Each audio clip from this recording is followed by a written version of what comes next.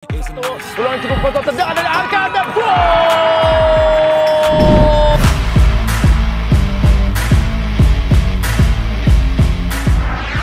Alasan Timnas Indonesia U20 akan lewati fase grup Piala Asia U20 2023. Timnas Indonesia diyakini mampu lolos dari fase grup Piala Asia U20 2023, di mana setidaknya terdapat 3 alasan hal itu bisa terjadi, di antaranya.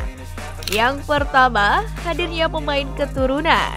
Di Piala Asia U20 2023 nanti, Timnas Indonesia akan diperkuat oleh para pemain keturunan dari Eropa yang juga dipersiapkan untuk Piala Dunia U20 2023. Di mana sejauh ini ada 3 pemain keturunan dari Eropa yang ada di kubu Timnas Indonesia U20, yakni Justin Hubner, Ivar Jenner, dan Rafael Struijk. Ketiganya pun telah menunjukkan kualitas terbaiknya kala melakoni pemusatan latihan, sehingga kehadiran ketiganya bisa memberi dampak besar pada permainan Timnas Indonesia U20 di ajang ini. Yang kedua, lebih matang. Jelang Piala Asia U20 2023, Timnas Indonesia U20 telah melakukan persiapan yang amat matang dengan melakoni pemusatan latihan. Pemusatan latihan ini telah dilakukan sejak jauh-jauh hari, yakni kala bertolak ke Turki dan Spanyol pada November dan Desember 2022 lalu. Kini Timnas Indonesia U20 juga akan melakoni pemusatan latihan lagi. Dengan banyaknya pemusatan latihan, persiapan skuad Garuda Nusantara pun akan jauh lebih matang. Yang ketiga, pengalaman segudang dari para pemain muda. Timnas Indonesia U20 datang ke Piala Asia U20 2023 nanti dengan membawa pemain muda yang punya pengalaman segudang. Karena para pemain muda ini kerap dipercaya tampil di tim utama, terutama di kompetisi Liga 1 musim ini. Sebut saja Marcelino Ferdinand, Muhammad Ferrari, Doni Tripamukas, Ginanjar Wahyu, Robby Darwis, Hoki Caraka, Arkan Kaka, hingga pemain anyar Brandon Shondeman. Sintayong punya banyak opsi, 5 penyerang dipanggil TC Timnas Indonesia U20. Pelatih Timnas Indonesia U20 Sintayong melalui PSSI belum lama ini telah merilis 30 nama yang dipanggil untuk menjalani pemusatan latihan bersama skuad Garuda Nusantara. Seluruh pemain yang dipanggil itu pun menempati beragam posisi, salah satunya adalah lini serang atau posisi penyerang. Posisi ini dianggap paling vital oleh Sintayong dikarenakan minimnya penyerang lokal yang punya ketajaman mumpuni. Apalagi di ajang sekelas Piala Asia U20 2023. Timnas Indonesia U20 harus memiliki penyerang tajam yang haus gol demi bisa meraih kemenangan. Di pemusatan latihan kali ini terdapat 5 penyerang yang dipanggil ke Timnas Indonesia U20, di antaranya. Yang pertama, Hoki Caraka.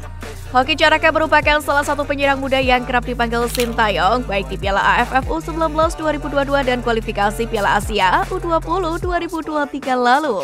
Penyerang milik PSS Sleman pun mampu menjawab kepercayaan Sintayong dengan rajin mencetak gol bagi Timnas Indonesia U19 dan U20. Yang kedua, Rabani Tasnim. Selain Hoki Caraka, Sintayong juga kerap mengandalkan sosok Rabani Tasnim di Timnas Indonesia U19 dan U20.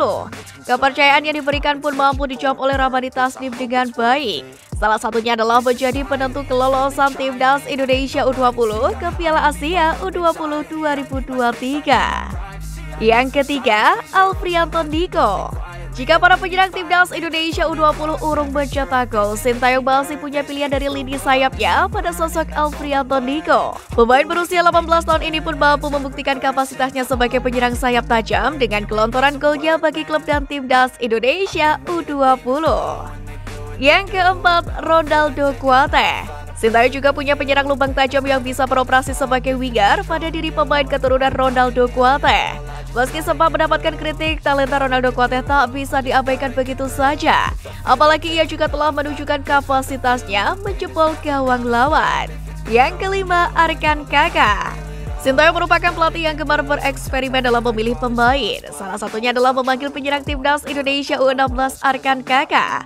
Pemain yang baru berusia 15 tahun ini dianggap sebagai salah satu penyerang masa depan karena kemampuannya mencetak gol, terutama saat membawa Timnas U16 juara Piala AFF U16 2022. Papasi siap fasilitasi debat terbuka calon ketum PSSI. Forum Akademi Penggemar Sepak Bola Indonesia atau FAPSI mendorong Komite Pemilihan PSSI menyelenggarakan debat terbuka untuk calon ketua umumnya.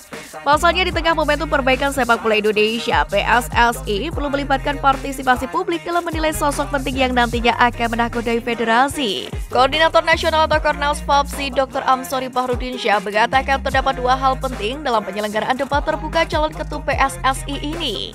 Pertama, ruang bagi para kandidat menyampaikan gagasan, visi dan misinya dalam membangun sepak bola nasional. Lalu yang kedua, lanjut Amsori, adalah momentum debat terbuka bisa jadi masukan para voters dalam menilai, mempertimbangkan dan pada akhirnya menentukan pilihannya kepada calon ketua umum terbaik yang sesuai dan harapan. Dikatakan Amsori, debat kandidat ini bakal menjadi langkah penting di tengah desakan publik yang menginginkan adanya revolusi sepak bola Indonesia. Hal itu bisa mungkin tercipta jika masyarakat diberikan ruang untuk melihat kapasitas calon ketua umum. Ini momentum yang tepat bagi PSSI untuk berpendah, merespon harapan masyarakat yang sangat luar biasa agar adanya revolusi sepak bola Indonesia. Ucap Amsori. Selain ruang promosi bagi para calon ketum PSSI untuk menyampaikan pikiran-pikiran mereka terkait pengembangan sepak bola Indonesia ke depan, Amsori melihat debat terbuka sebagai bukti keseriusan PSSI untuk perbaikan sepak bola nasional ke depannya. Amsori menjelaskan, meskipun kabarnya ada agenda penyampaian visi-misi kandidat di hadapan voters, tapi itu dilakukan terpisah. Ia menilai cara itu tidak efektif dalam menguji kapasitas dan kapabilitas calon ketua umum. Gimana nih menurut Sobat Halo? Penting gak kira-kira dilakukan debat terbuka para calon ketum PSSI? Jangan lupa tulis pendapat kalian di kolom komentar ya.